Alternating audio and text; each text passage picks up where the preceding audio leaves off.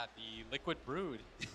It's the thing about it is a lot of people discredit. I see a lot of comments saying like, they can only win with one strategy. Well, if it was that simple, then everyone would beat them. But it's not that simple, and sometimes in this draft, you have to worry about these things.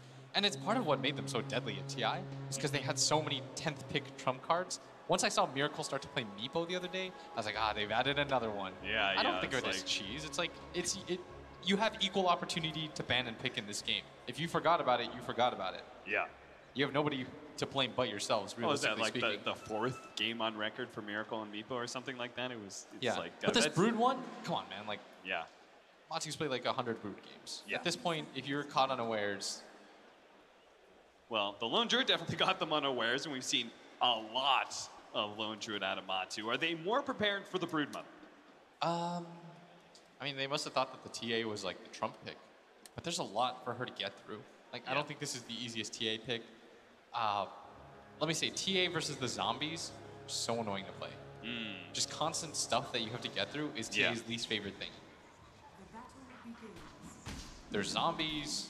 Right-click war underneath the sandstorm, and Immersion does manage to snag it away, so he takes all that damage, but he does get something for it, which is a 2-for-2 trade. Matsu in this mid lane already starting to block up a little bit, trying to make life easier for himself here as 4 mangoes. Just mango it up. Spam those spiders. I mean, you don't really have anything else that you have to do with your mana. Yeah. And stats don't really inherently help this hero, I think. We're going to have once again, Gambit just keep on going with the same kind of formula in their off lanes, which is Afterlife's going to be the one showing in lane, and then we're going to just use our support. It's not going to be Immersion this time. FNG is going to be the one to cut the wave, the second wave that happens, and just try and pull it all back.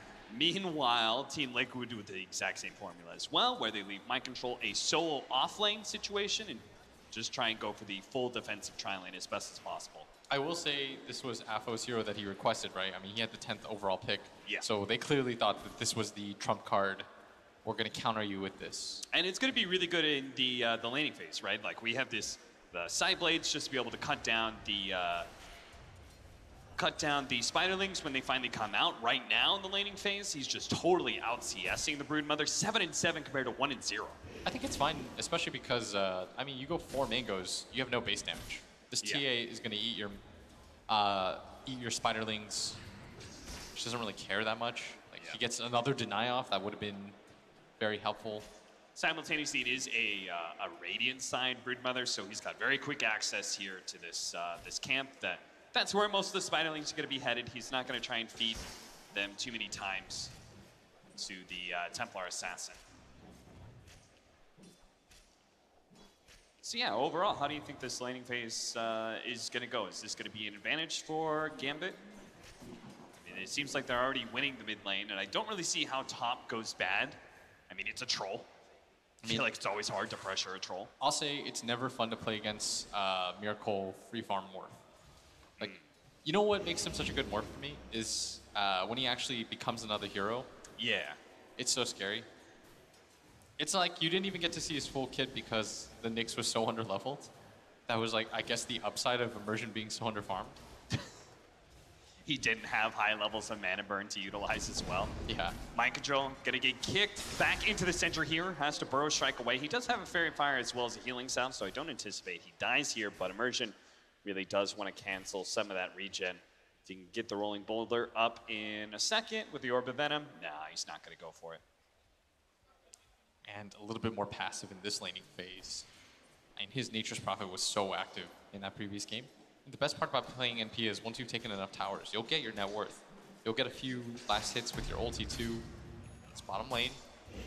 You know what I really like about this is that the support lane swap is so good for Gambit, right? Because the Earth Spirit wouldn't be able to do anything against the defensive tri-lane, right? And then on top of that, the Warlock is really good against the Undying because you naturally lower his health pool, meaning the heal is even more effective, but Afterlife is going to be caught here, and then it's going to be your first blood for Miracle. So not just a free farming Miracle Morphling, but one that is also getting kills as well. Mind Control does have a Burrow Strike through the two of them and has a Sandstorm up if he wants to dodge this last hit from Dahak. He does also have a magic stick with a roll in. It's gonna land, but it's not enough damage. They don't have the vision either. Mind control lives, yes, but he has to walk all the way back to base compared to our Centaur, who just kind of died and returned immediately. Yeah, and look at this bottom lane. This FNG just going to TP out once he connects the 2 waves. Trying to make life easier for his offlaner.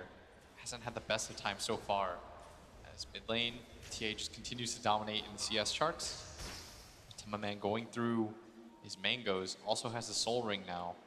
And this is where Afo has to be careful. And there's a lot put on you when you get the 10th pick like this. Yeah. You decide like this is the hero that counters all other heroes. Because oftentimes your drafter, I mean, he'll figure out like the first 3-4 picks, but when it comes to a mid player, like a mid player will always know better. Like these are the matchups that are good for me. This is the conditions in which I can play Dota. To say, you know, this guy carried them in game number 1. I mean, they all played very well, but I thought he had a fantastic performance with that last pick flop. He's got to do something similar. He's starting off in the laning phase at least looking good. 5-minute bounty runes, managed to kick mind control out of his own sandstorm here, canceling it. And looks like he's gonna secure both these bounties, so once again, we're gonna have the split 2 for 2. Mind control continues to be stuck so far at level 3.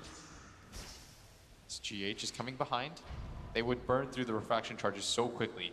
Yeah, if they could just have the disables, and that's what GH is bringing right now with the shackles. And they ping successfully, so they know that something's happening right now on the map. And so he's playing very far to the left, and he's going to put a trap there, which should make this nigh impossible. They've got to get a sentry in that mid lane.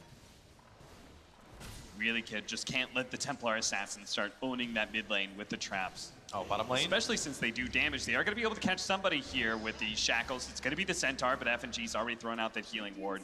I think Liquid realized it's not even worth going on the Centaur at all, even harassing him at that point, because then you're just building up retaliate charges for him. Yeah, just reset off of him. It's fine.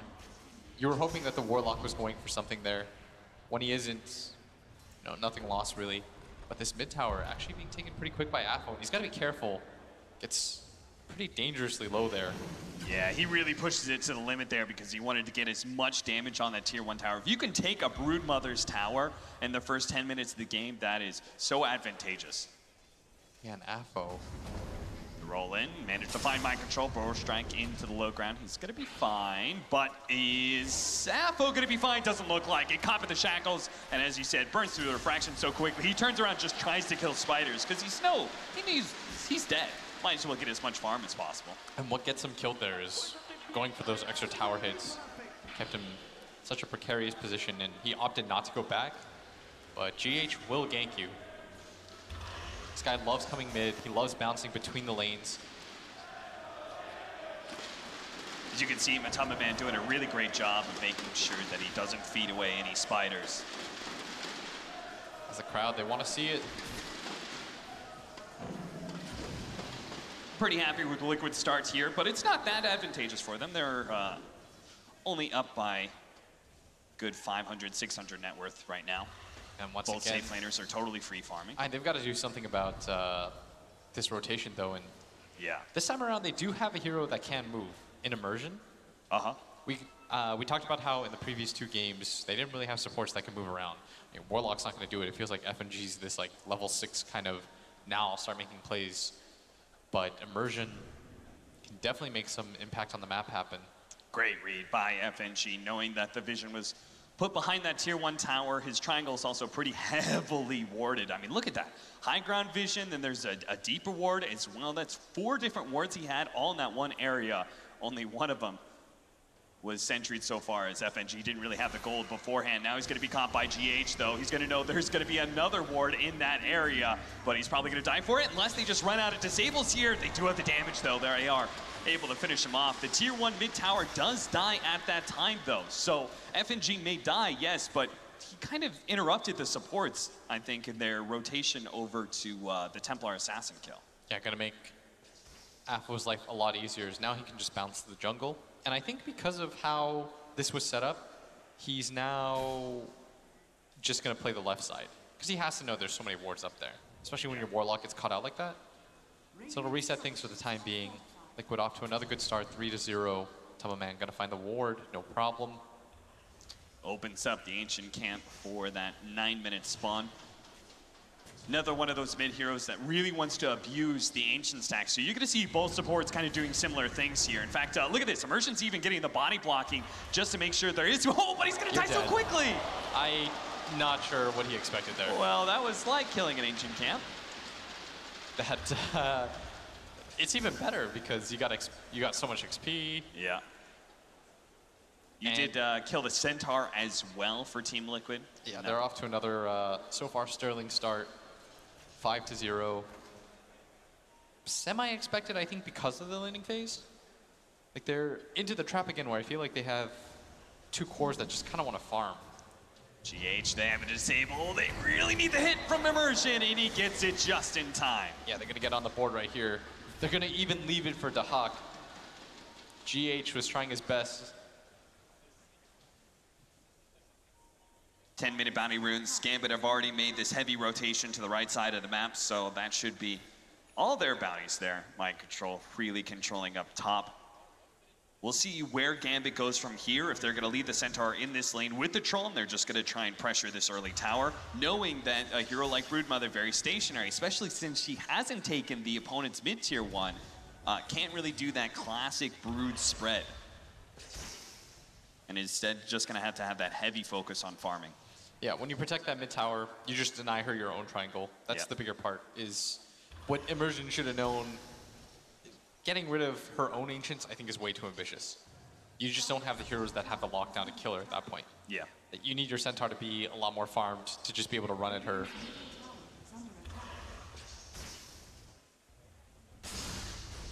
FNG going to be epicentered here by Mind Control. GH is also cutting across. FNG, man, he just wanted a few levels. Maybe save his tower. Afterlife, I'm not sure how easily, because it's underneath the Sandstorm. I don't know how well he can actually kill those Serpent Wards. Maybe with the Glyph, as it forces the heroes back, he can start picking apart those Serpent Wards. GH clearly does not want to let this happen and is going to try and slow down Afterlife as best as possible. But now we're going to pop that Centaur ultimate. They're going to be able to finish off GH with the rotation coming out from Apo. Now immediately you're going to see the Broodmother try and take that mid-tier 1 tower while Apo is gone. Troll needs to come over. And he is. He will, as well as Apo. They're both going to return. That was just a great rotation. Very fast from Gambit. Yeah, they didn't commit the TATP. That was the big part about it. Yeah. But once again, anytime you do a move like this, Liquid also feels okay because, I mean, they've got a Miracle Morphling, just absolute free farming. Hasn't been touched. Highest net worth in the game by 300. Another safe laner that is great at being able to take that tower by himself.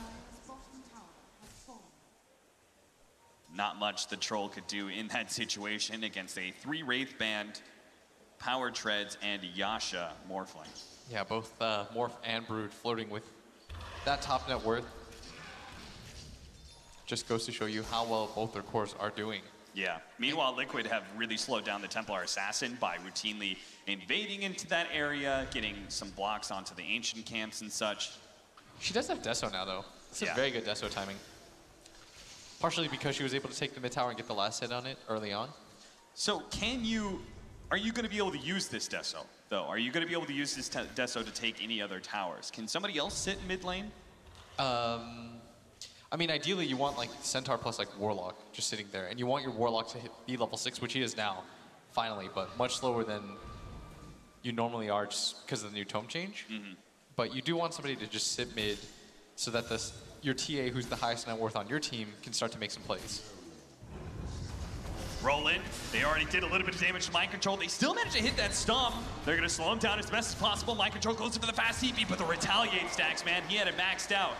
And just beats Mind Control to death. However, that mid-tier 1 tower with the Serpent Wards as well as the Spiderlings this time around, Gambit cannot make a fast enough rotation back to defend that tower. Yeah, and Afo, I'm not really sure. I guess he went for the Arcane Rune, and during that time, they just came and took his tower, but you've got to be there to slow that down.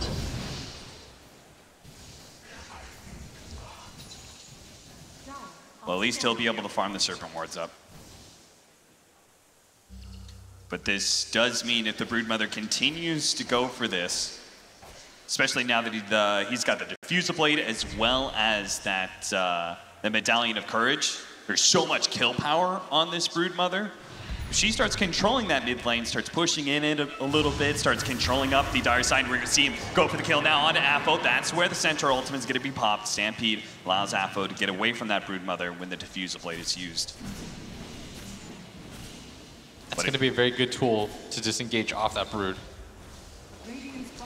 And a good tool to maybe catch out the Broodmother every once in a while as well. This is a really cool feint here from Gambit. They were 2 behind to Hawk, and then they actually smoked and thought about moving somewhere else. They're going to return to the Troll, though, just in case Liquid try and make some sort of defensive play. I don't anticipate it, mostly because you got a Morphling who still wants to farm right now, doesn't want to fight. A Broodmother who can't really move that well around the map. Yeah, and you want him to farm. Like, you're okay, I think, with the pace of the game. Yeah. You know that your 2 cores are still getting absolute pre-farm.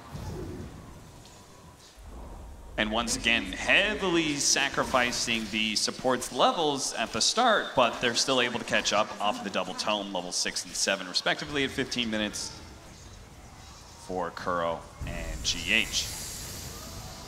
And this is just another tower being taken. Dies so quickly, and how does Gambit set up on this one? They have to deal with the Serpent Wards first during this glyph timing. If they cut through the jungle, Matumba Man's going to be aware and may even be able to find a kill. Blink away and a roll out. Gambit will escape from Matumba Man, yes, but can't easily connect to that tier 2 to join the rest of their team. Yeah, still yet to see how exactly they want to utilize this TA. Does have quite a bit of farm and nice. Got like 4 spiders right there. Another hard part against Broodmother, hard to get control over the Roshan pit. Yeah. There's not going to be an easy way for Gambit to be able to sneak that one, so they need a successful pickoff on one of these big cores. Definitely can't just smoke in there and try to reset. Yeah. We've seen so many TAs do once they had that Desolator. Can't really do that here. Oh, what a time for a pause. Fortunately, the smoke has not popped. FNG is yet to use his Golem. I mean, they have Golem, plus they've got the blink on the TA and the roll in from the Earth Spirit. That might be enough to kill the Brood. Yeah, it's going to be like 3 seconds of stun here.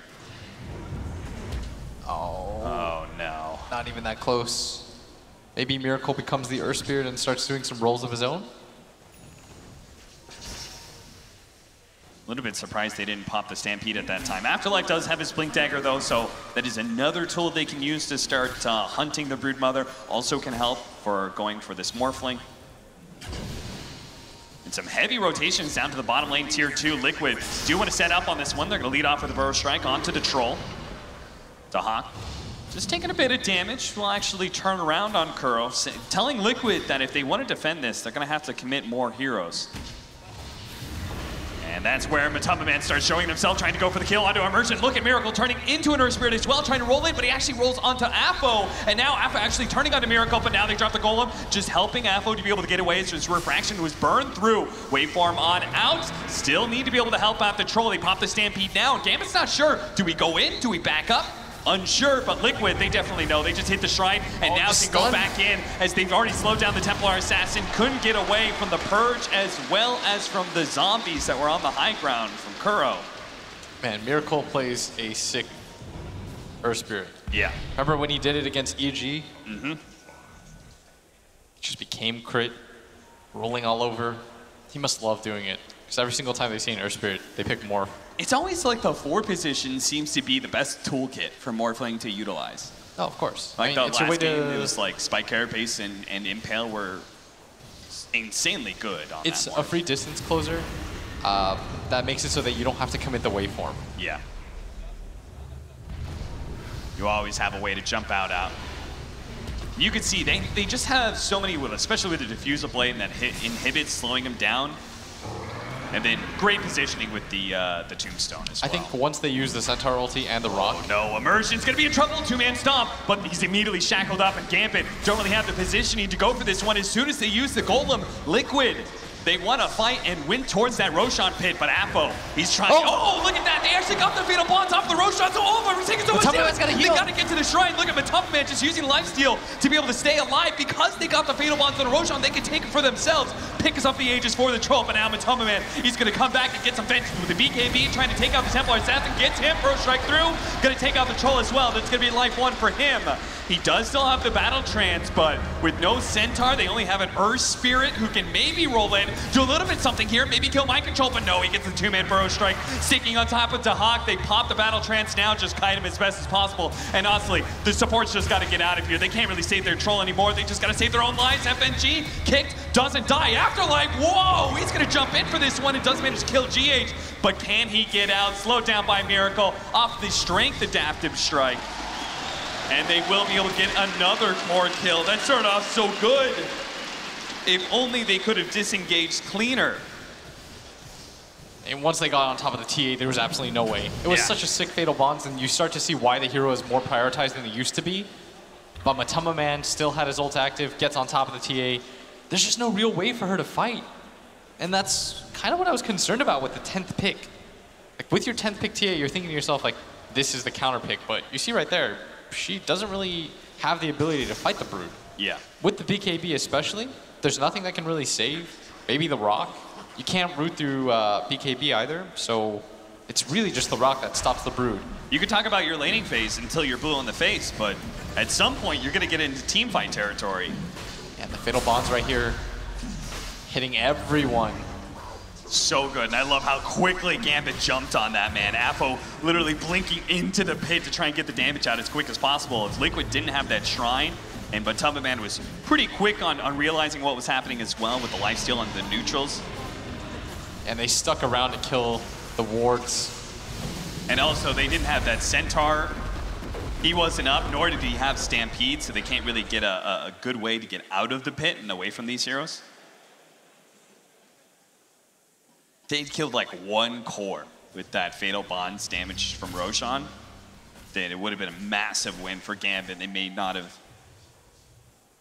lost the team fight immediately afterwards, but 12-7, Liquid representing a 2,000 net worth lead. Blitz, do they have better late game? Liquid? Yeah. I have to feel like this morph should go relatively unchallenged. And I think Shaman late game is sick. With the Aether Lens plus the cast range talent. Yeah. Like, I feel like you're the unchallenged king of Disable. It's much easier to play, I think. Totally agree with that, but at the same time, Liquid also have some heroes that sharply drop off later into the game, right? I mean, Undying does for sure. Broodmother, I think, does better in late game than she ever used to, but is still not going to be as powerful as she is at 25, 35 minutes. And you could get the Axe and just go Sonic. That's true. Get webs all over the map. What is this standoff? They know mind control. They know where he probably is. It's where most Sand Kings are going to be playing right now with their Sandstorm, but actually repositioning the Sandstorm. And gets a little cubby here. They really want him to show himself that they can just get that stomp from the Centaur. They're waiting for him to farm up the neutrals, but mind control's being so patient I'm not really sure. They're taking a tier 2 right now. They know something's up. But now mind control shows himself.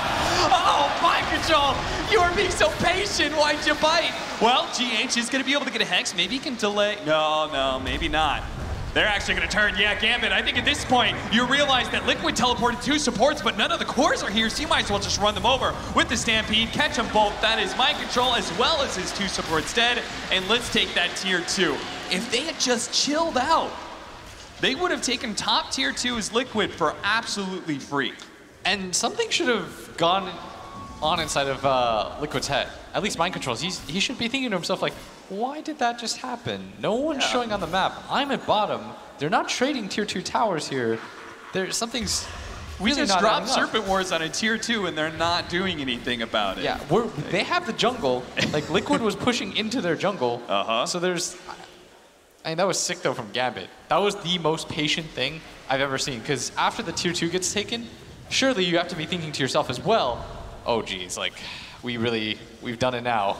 Maybe mind control thought he was just going to be faster at blinking or something. Maybe. But It was just funny because it felt like he knew the entire time. Yeah. And then the tower gets taken, and suddenly he thinks it's safe. That was the weirdest game of chicken. Which Gambit, you know, it ends up working out perfectly. Oh, absolutely. They get 3 kills and a tower, so it's like they traded. Traded very nicely. They just finished the BKB on the TA too, so it's not like they wanted to fight top regardless. So this was just an overall, I think, win for them. I think that's a very important item. We also have the Spirit Vessel that's almost done from the Earth Spirit, which has been sped along by having a successful fight and a tower taken. Meanwhile, though, we always have to talk about the impending doom that is Miracle. He's got a Manta as well as an E-Blade right now. Looking at BKB or Scotty next. I'd really like him to get BKB. Remember the game that Nisha played? Yeah. Against EG where he had the game wrapped up? You don't have to be so cute. Your E-Blade does so much damage already. You just want to make sure that you can get it all off. And there is enough chain stun on the side of Gambit where I feel like they could burst you. I feel like half the time when Matumba Man goes and hits a neutral camp, Afo's right there to hit that same camp. He gets side blade hits on the Spiderlings. Aghanim Scepter it is for Matumba Man. I wasn't sure if it was like, is it really good? Is it really bad? It seems Matumba Man's a fan. Right. This will mean you pretty much have a near global presence. Yeah. If the entire point of your hero is to be able to like get on top of people, then getting items that would enable that. So he's basically getting it as his like kind of third item with Diffusal Blade, BKB, and then just gets a value plate mail. Just so he's not too squishy to all this physical damage that TA represents. Vlad's for the Sand King. What other big ticket items do we got? Okay, we're gonna go for Aghanims on Centaur because of the free pathing that you're gonna get. That'll be great to pursue the Broodmother over cliffs and stuff. Good call. Yeah, is there anything else that really sticks out? I mean, what items are we waiting for where one team or the other is really gonna try and fight?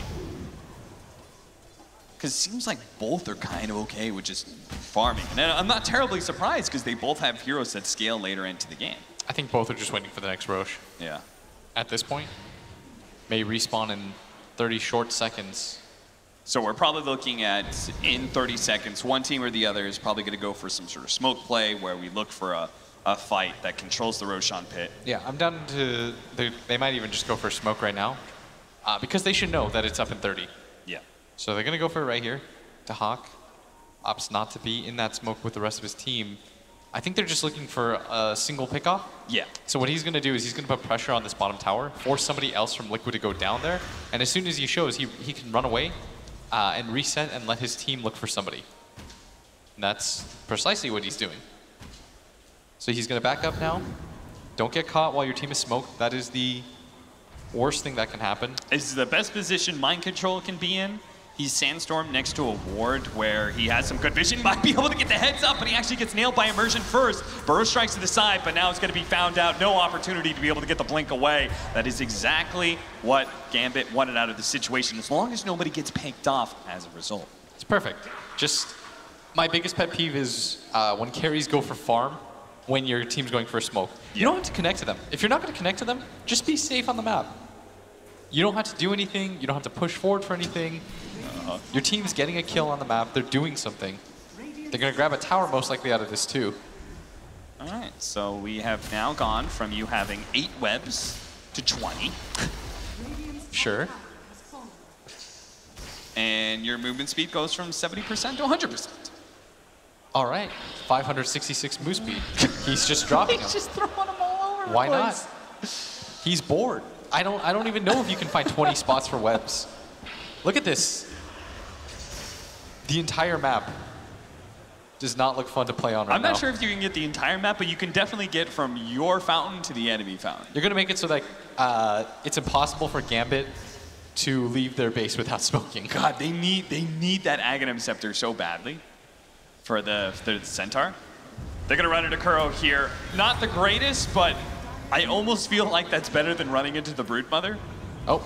But maybe they can catch more. Immersion's going to keep on rolling forward, hoping that he's going to catch somebody else. There is a BKB now on this Morphling, so they have to be a little bit careful, just hard committing for him. Yeah. And he did go for the BKB. He learned from somebody else's mistake. Yep, yep. Speaking of, yeah, we do have that BKB on Matumba Man. So this Spirit Vessel is just not going to be that useful, sadly, for the Earth Spirit. It's supposed to be a good item against the Morphling as well as this Broodmother to limit the regen factor of lifesteal or going full strength, but they both have a way, multiple ways, in fact, for the Morphling to be able to dispel that.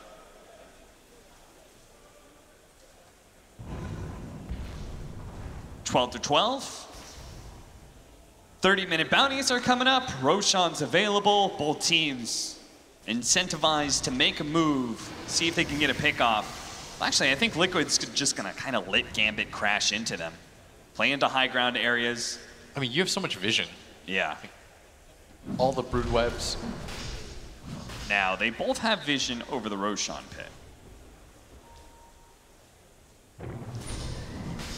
All right, Rosh gets a little bugged out there for a moment. All of Gambit you could see making their way across the map here into this Roshan pit.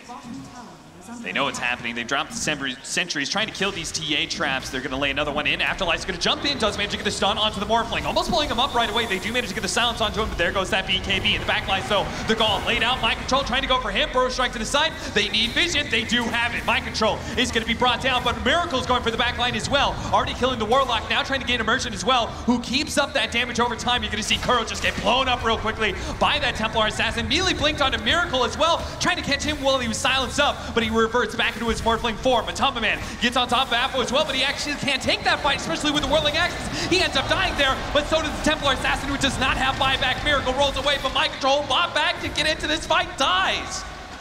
Miracle barely gets out. That was almost total disaster for Team Liquid. If they somehow lost Miracle there as well, that would have been an insane fight. As it is, Gambit definitely come out on top here.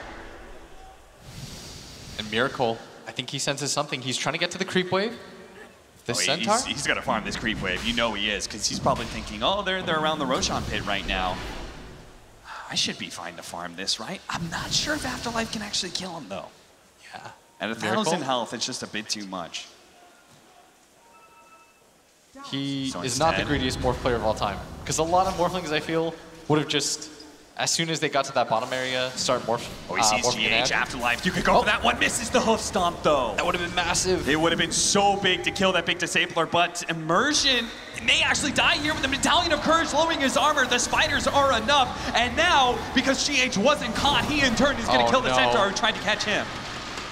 And that means Liquid. I mean, the last fight went the way of Gambit, just not good enough for them to be able to take the Roshan. Now they're the ones who are going to be forced to buy back and try and get into the pit, but there's so much physical damage coming out from Liquid. Dahak running in with the Whirling Axis, not going to get there in time. The Agents of Cheese are both picked up. Stampede getting on top of Miracle as best as possible. Miracle can fight this one, especially when he turns into a Templar Assassin, has the refraction instances to be able to defend himself as best as possible. That Centaur gets a bit low, but they don't want to go into that high ground, especially as Miracle's burned out of mana. They're going to kill GH first, knowing that Miracle's low on mana. They can focus on other heroes here, just kill some of the supports and call it a day. Still, the bigger bounty was going for that Roshan. Both teams bought back for that one sole goal. Not able to get it. They didn't have the Warlock Golem. They couldn't really get in there nearly quick enough.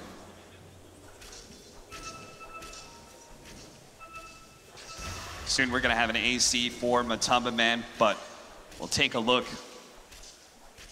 What a back and forth game 3, though. Last engagement. Considering game 1, then we had game 2, the absolute stomp. The stompiest of probably all the games at ESL One Birmingham. And game 3, I mean, Liquid get the Roche, but barely a goal lead. As we see here, he gets to the back line on top of GH. This is from Miracle's perspective, so you kind of get an idea of, like, look at him. He spots those two supports, kills FNG, turns back into the Earth Spirit, and plays it so well. Yeah. He just continues to go back in, actually, getting the stun onto the TA. That's what leads to the kill in the first place. And he just continues to flit inside, outside the fight. The Centaur barely doesn't catch him. He rolls back out. You can tell every single time he's targeting being the Earth Spirit. Like, how do we get this guy? Much like how Afo like really dominated game one with his in and out play style. Miracle is doing something very similar here with his Morphling and cosplaying as an Earth Spirit. Fortunately, it looks like we may have a slight audio issue for Gambit. So we're going to take a bit of a breather here. Blitz, how do you look at this game? I mean, what do you think the breakdown is right now? The net worth is dead even, but Team Liquid do have that Aegis. And did they get a cheese? They have a cheese on Matumba Man. So what do you give the win percentage right now? What would you guess? I'm not sure because I feel like this Brood is starting to top out a little bit. Like her damage is getting less and less scary. The BKB on the TA makes it so that she can just straight up right-click fight with her. And I feel like they're just one good fight away from being able to kill Miracle. Like Miracle right now is overplaying his hero. Yeah. The way that he played that team fight, I mean, that was unbelievable. But if they end up catching him there, you know, they kill him, they take Roche for themselves, and this game looks completely different. And he's 6-0-4 right now, so he's got a hefty bounty on him, both experience and gold. You know what it feels like? It feels like those, you know, those Tinker games where your Tinker starts like 14-0, and you feel really good, and you're thinking to yourself like, oh yeah, like he's doing really well. But as soon as he dies once, like all that momentum feels like it's been deflated. That's kind of where I feel like the game's at right now, where Liquid's, I mean, they're on the verge of both winning and losing, in the sense that if Miracle dies, sure, but you know he does end up living. They force the core buybacks, so things are somewhat okay.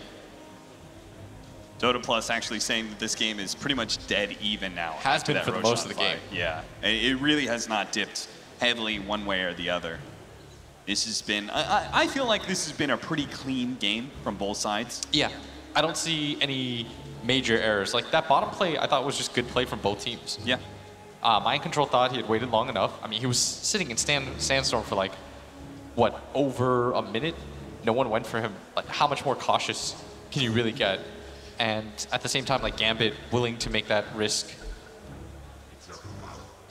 The Roshan fights, I felt like for the most part, I mean, everyone casted spells well. I think GH needs some way to disengage off of this TA. Right now, she's really making his life so hard. And that's just in general making the game more difficult because Liquid really relies on that CC that it brings. Centaur is level 20, went for both the 50% double-edged strength damage as well as the 20 strength, so he is trying to get as much damage out of that big nuke as possible. They want the burst on the Morphling, so that if he hovers around like that 1,000 HP range, they can just immediately blow him up. And he's 800 gold away from an Aghanim Scepter. That'll help his team run down the Morphling and the Broodmother, but also give that big defensive boost to some of these heroes, like the supports in the back line.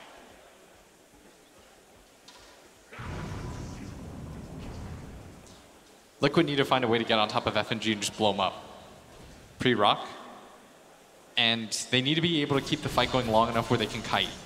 Because they have some of these like big burst abilities with the rock and the Centaur ult, hard commitment. If you can survive those on the side of Liquid, you're good.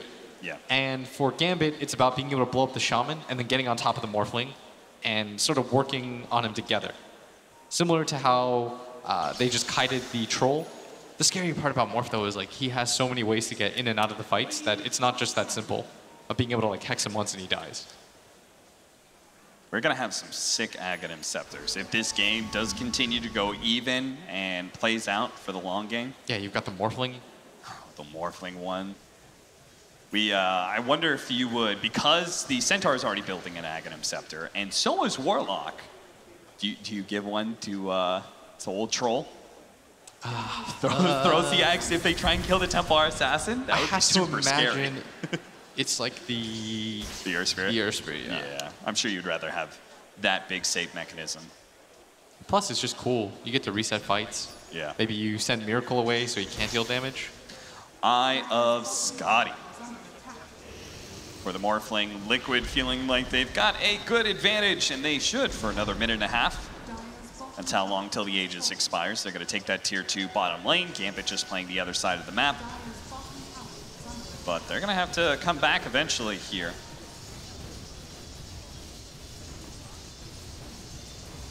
A lot of circling going on right now from Afterlife. These areas, I'm not sure if they're just drawing where Liquid is right now and where they're going to be moving around. But sure enough, Gambit starts showing up. You know they've got to, but again, Liquid can do the same thing they did in game 2, which is they can kind of split push you pretty heavily. They're going to be able to jump the Morphling here. There's nothing too urgent about this. They are going to be able to get that Mel Bash in as the Templar Assassin hits level 25. So that's something that Liquid will have to worry about for sure. But they do get a tier 3. You can reset off of Two this. tier 3s. They get 2 tier 3s, and as a result, they're going to go for the Shrine. They know that the Aegis is about to run out.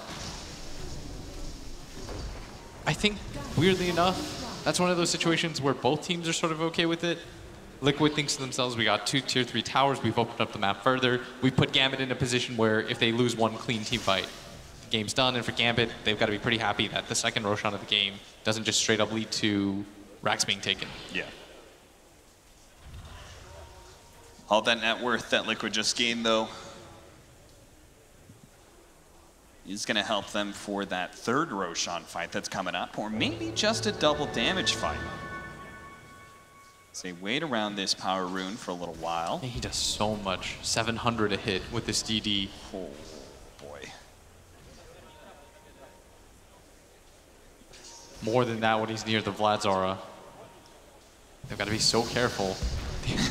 He's got the waveform hits, so quickly kills the creep wave, and I think a Gambit, seeing that, should play a little cautious. They're actually going to bait out immersion here. Do you really...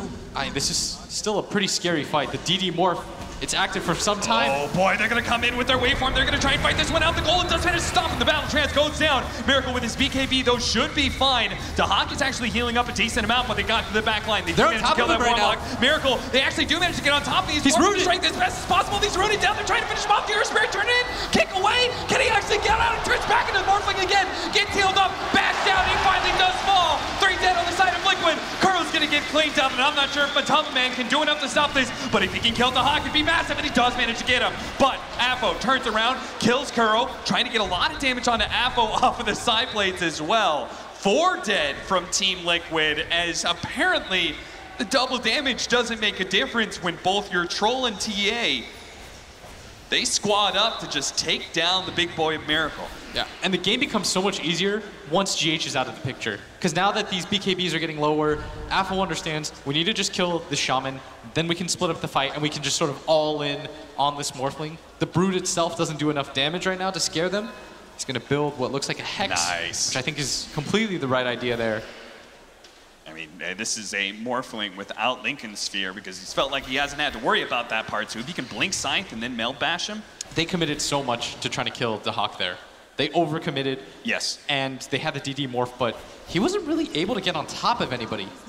I think they also got, I mean, it was a sick rock from FNG, just timed perfectly to get the battle trance off. Yeah, and you see Miracle right here, with the DD, has to run away now, because he understands that he just can't fight this guy. There's no point. So this effectively wastes the DD.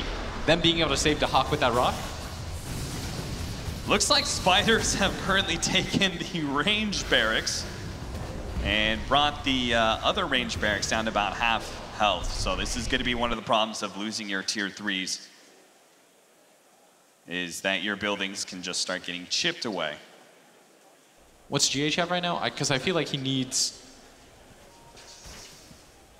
Blink Dagger, Ether Lens, Ghost Scepter, and soon going to be an Aeon Disc. He's built all in on this concept. Yeah. He understands the name of the game. It's, if I die, the fight becomes nearly impossible. There's only so much your Morph can do going in by himself. You need some form of disable. I love Aeon Disc on Shadow Shaman too. It's like, you're not really there for your damage. Yeah. Shackles your wards will and deal Hex your damage. Yeah. Like, once these BKBs start to get lower and lower, it becomes even more important for him to be able to live. Because if you just have a simple Hex there on the Troll, you win that fight no problem. Yeah. Oh, Satanic, always such a big pickup on the Troll. Both the status resistance and trying to burst him down with disables, but then on top of that, just means that when he turns around with his battle trance, he goes up to full HP. Yeah. By the way, Afo, I said how he needed to perform. He had the last pick of the game. This is usually your let me carry you guys kind of hero, and in the early game, we didn't really see it, but with this level 25 and just the sheer amount of farm that he's gotten in this game, starting to step up. He certainly is. Level 25 soon for the Troll Warlord. Do we need the Dispel? Which Roche is it? Oh, they're just gonna, it is gonna be the Aghanim Scepter one, and they are taking this Roshan so quickly. GH sitting on the side here, they're gonna actively jump outside the pit, see if they can blow up the Warlock. He doesn't quite die, and he does manage to get off the Golem, and then he gets the Death Golem as well on top of Miracle. Whirling Axes just going for Miracle as best as possible. He turns into a troll, does the Whirling Axes of his own as they see Roshan die. Gambit are gonna try and back up a little bit here. Roshan still being, it's still up, right? Yeah, it is still up. They actually left at about half HP, so Gambit can actually go inside themselves if they want to be real risky. They've got the double rock to try and zone out some. They do it very quickly. They do have the fatal bonds on these heroes right now. They're going to be able to take it so quickly. And look at Immersion, just diving forward, does manage to get the silence on Miracle, quickly taken away by the Manta. He's going to go for it. He's going to be able to get the stun. Can he kick him back? Can he kick Miracle back? Somehow the Ethereal Blade turns into a troll, trying to finish up this Earth Spirit quick. He gets the poison sight. He goes back into Morphling for him, and immediately that's when Afo jumps him. A massive pickoff, not only being able to just take that Roshan now, Aegis Cheese, Aghanim Scepter, but now they may be able to force a buyback out of Miracle. This is what we were talking about with, if he dies once, the game feels like this. Yeah. He's all your damage. I mean, late game, yeah. He's going to feel very good, and if his team could actually support him, but they just can't get through the rest of Gambit's heroes. Like the double rock, Immersion rolling in, there's just too many threats that they have to cut through, and I mean, GH, this is probably one of the harder Shaman games that you're going to have to play because Afo understands this game. He knows all I have to do is kill you. All of a sudden, there's no disables.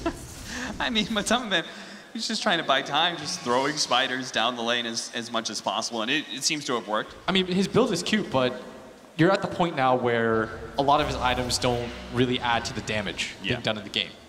The Aghanim Scepter, for example, it's nice, but no actual damage. The Medallion is starting to top out. So is the Diffusal, now that everyone's got a BKB.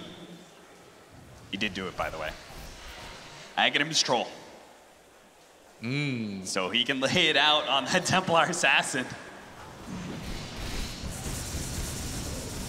I'm not sure if you needed the, he does go for the strong dispel.